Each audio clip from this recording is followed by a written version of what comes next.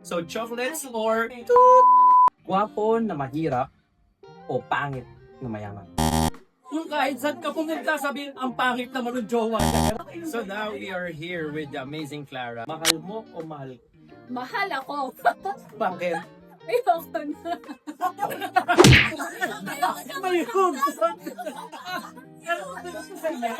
Ayoko na. Lights on or lights off? Kaba. Talaga may action siya. So, pera o pag-ibig? Pag-ibig na may pera! Big heart or big...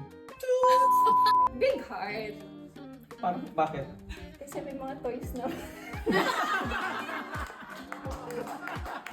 Gwapo na mahirap o pangit na mayaman? Baka naman para sa kanila pangit, pero sa akin gwapo. Hindi, pangit talaga.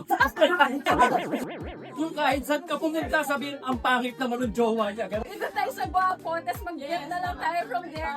Total millionaire mind graduates naman tayo. Pwede tayo mag-build. Very good. Oh, Pag malaki ang shoes, malaki ang lang. Medyas. pwede naman pa. Pagkasin naman. Tayo nakaupo.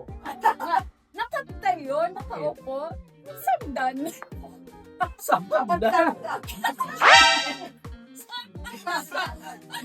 Explain mo yung nasa. Wala sila.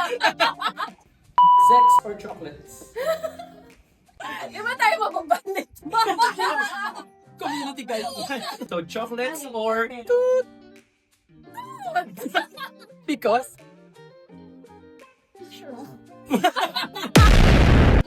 Top answer, top answer. That's a wrap. They just had this one-on-one interview with Clara. This is Clara, your wellness sis. Self-care, do it for you, my love. We got this. Follow for more.